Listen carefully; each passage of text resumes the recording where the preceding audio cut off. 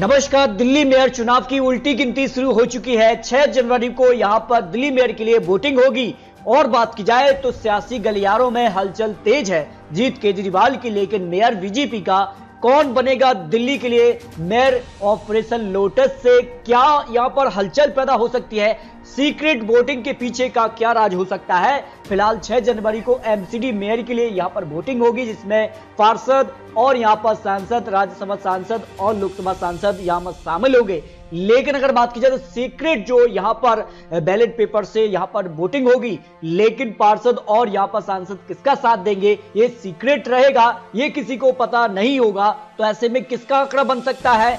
Secret चुनाव के दौरान क्या आंकड़ा बनेगा? कौन दिल्ली का मेयर होगा? इसके लेकर महत्वपूर्ण विश्लेषण सामने आ चुका है, क्योंकि सियासी गलियारों में काफी हलचल है। आखिर कौन यहां पर मेयर बनेगा? आम आदमी पार्टी ने मेयर कैंडिडेट का ऐलान कर दिया है। शैली ओबरॉय यहां पर जो है दिल्ली मेयर के लिए आम आदमी पार्टी यहां पर उम्मीदवार होगी, जबकि डिप्टी मेयर के लिए आले मोहम्मद इकबाल का नाम तय किया है। लेकिन क्या इनको डिप्टी जो मेयर है वो पद मिल पाएगा? क्या बीजेपी का होगा? क्या कुछ आंकड़ा बनेगा?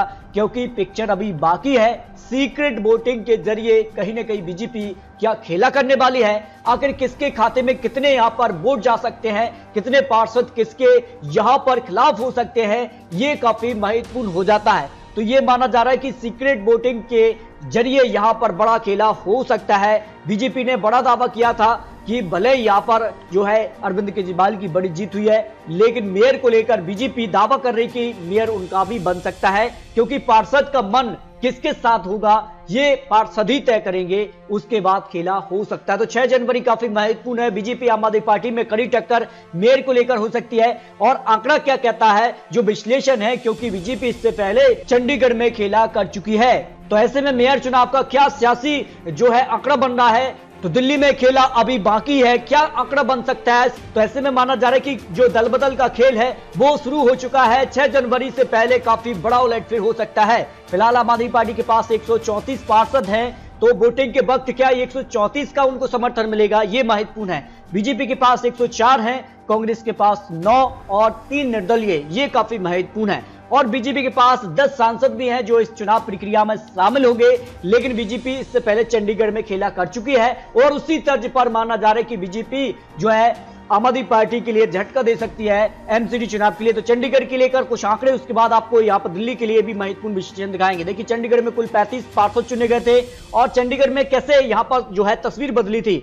आम आदमी पार्टी के पास 14 यहाँ पर पार्षद थे, बीजेपी के पास 12, लेकिन फिर भी बीजेपी ने यहां पर खेला कर दिया। देखिए इसके आंकड़े, 8 पार्षद श्रोमणी अकाली दल से चुने गए थे, जो इस चुनाव प्रक्रिया में शामिल ही नहीं हुए। ना आम आदमी पार्टी को उनका समर्थन मिला, ना बीजेपी के लिए। इस तौर पर सीधे तौर पर बीजेपी और आम आदमी पार्टी में कड़ी टक्कर हुई और ऐसे में मेयर के लिए 14 वोट की जरूरत थी। उसके लिए कांग्रेस का एक पार्षद बीजेपी को यहां पर सपोर्ट कर गया और ऐसे में जो है बीजेपी का आंकड़ा आम आदमी पार्टी के बराबर यानी 14 हो गया। और बीजेपी से अगर बात की जाए तो सांसद ने भी उनको वोट किया था चंडीगढ़ से, तो बीजेपी 14 आंकड़े तक पहुंच गई। और इसके बाद देखिए आम आदमी पार्टी का एक वोट रिजेक्ट हो गया, जिसके कारण बीजेपी का आंकड़ा बढ़ गया, आम आदमी पार्टी का आंकड़ा कम हो गया। लेकिन तो दिल्ली के मेयर के लिए 5 साल में 5 मेयर होंगे, लेकिन क्या बीजेपी से या फिर आम आदमी पार्टी से, ये काफी महत्वपूर्ण है। इसके आंकड़े आपको दिखा। देखिए बीजेपी के पास फिलहाल आंकड़ा कम है, लेकिन माना यह जा रहा है कि कहीं ना कहीं जो है यहां पर बीजेपी खेला कर सकती है।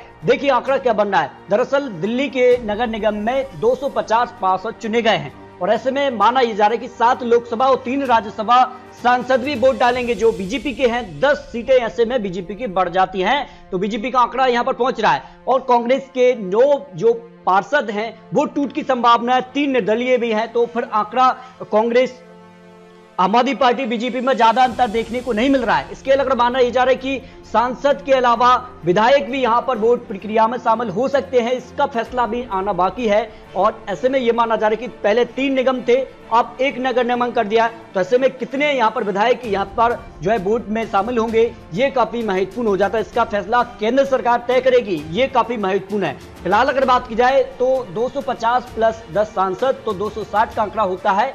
231 पर बहुमत मिलता है और इस बहुमत के आंकड़े के पास बीजेपी पहुंच रही। कांग्रेस के 9 पार्षद भी यहां पर टूट की संभावना, 3 निर्दलीय। इसके अगर बात की जाए तो आम आदमी पार्टी के पार्षद टूट सकते हैं, तो फिर आंकड़ा बीजेपी के पाले में आ सकता है, जो आंकड़ा बन रहा है। तो इस तरह से अगर बात की जाए तो फिलहाल आम आदमी पार्टी का पलड़ा भारी है, पूर्ण बहुमत आम आदमी पार्टी के पक्ष में है। तो दिल्ली एमसीडी चुनाव के मेयर के लिए यहां पर बीजेपी और आम आदमी पार्टी में कड़ी टक्कर हो सकती है, लेकिन आम आदमी पार्टी के पास जो है बहुमत का आंकड़ा यहां पर दिखाई दे रहा है। फिलहाल 6 जनवरी को यहां पर मेयर चुनाव के लिए वोटिंग होगी और ऐसे में कौन मेयर बनेगा, क्या आम आदमी पार्टी से या बीजेपी से? फिलहाल आम आदमी पार्टी का पलड़ा भारी है और आम आदमी पार्टी से जो नाम सामने आया है उसमें शैली ओबरॉय को यहां पर जो है अपना उम्मीदवार बनाया है, तो उनकी जीत की संभावना ज्यादा लगाई जा रही है। फिलहाल आपको बता रही है तो चुनावी आंकड़े, चुनावी अनुमान दिखाई दे रहे हैं। आने वाले वक्त में यानी 6 जनवरी को जो पार्षद हैं, सांसद हैं, विधायक क्या इस स्थिति में